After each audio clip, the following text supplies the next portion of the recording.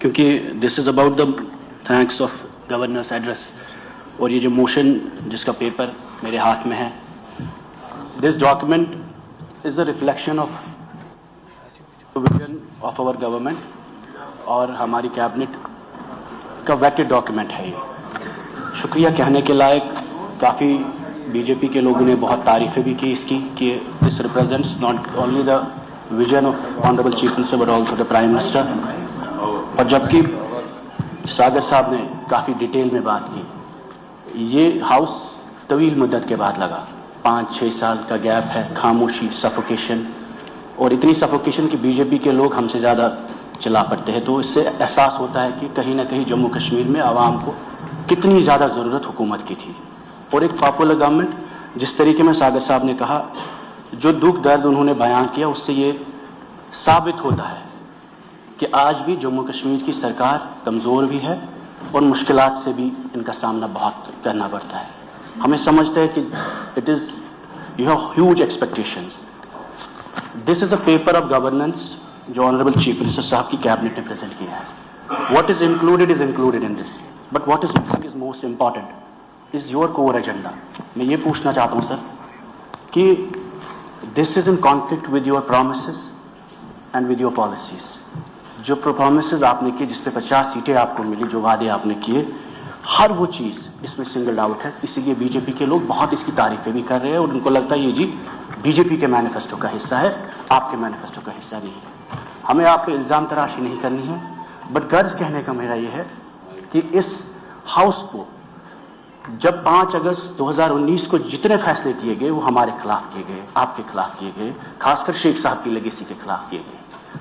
اور اس کے بعد اس ہاؤس کی شروعات جب آپ نے بزنس رول سے کل بولا کہ یہ سوال سجاد صاحب کا نہیں اٹھ سکتا، یہ سوال اٹھ سکتا ہے، یہ بھی سچ ہے. ری آرگنائزیشن ایکٹ میں ہم نے الیکشن لڑا، بٹ کہیں بھی ایسا ہو ہی نہیں سکتا کہ sentiments of people of Jammu and Kashmir, aspirations of people of Jammu and Kashmir can be contained because of business rules and reorganisation. اگر شیخ محمد عبداللہ نے یہی سوچا ہوتا تو اٹانومی کی بات کرتے.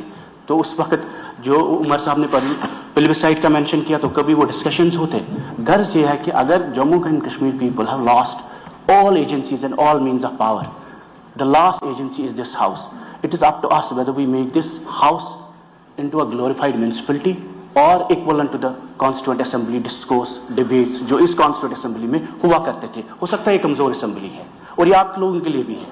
اگر نیشنل کانفرنس مجبوری میں ہو کے سرکار چلانے کے لیے، چیزیں ٹھیک کرنے کے لیے بہت زیادہ ایشوز، عمر صاحب اس پر خاموشی کرتے ہیں، لیکن اس خاموشی کی قیمت بہت مہنگی ہے جموں کشمیر کے عوام کے لیے. کیونکہ 5 سال بعد، 10 سال بعد ہمیں لگے گا یہ نارملائز ہوا، جو ہم بار بار کہتے آ رہے ہیں. خدا نہ خواستہ آپ کی وجہ سے ایبروگیشن نہیں ہوئی، لیکن شیخ صاحب کو دینے کے لیے ہندوستان کو ایک ملک تھا.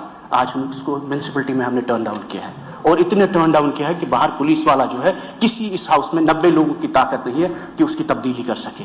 نتیجہ یہ ہے sir, if you as a custodian of this house will not let discourse and debate in Jammu and Kashmir, نتیجہ وائلنس ہوا ہے، نتیجہ سیپریٹزم ہوا، نتیجہ جماعت اسلامیہ ہوا، نتیجہ پاکستان اسٹرانگ ہوا جموں کشمیر میں.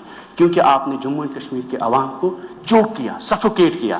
آج بھی مکان لوگوں کے اٹیچ ہو رہے ہیں، آج بھی نوجوان 5000 جیلوں میں ہیں، آج بھی اس وقت پاسپورٹ، ویزا، حج، عمرہ جانے کے لیے ہمیں اجازت نہیں ہے. میں MLA ہوں، میرے خلاف 2 UAP کے کیس ہیں، 8 تاریخیں مجھے ہر مہینے میں لگتی ہے.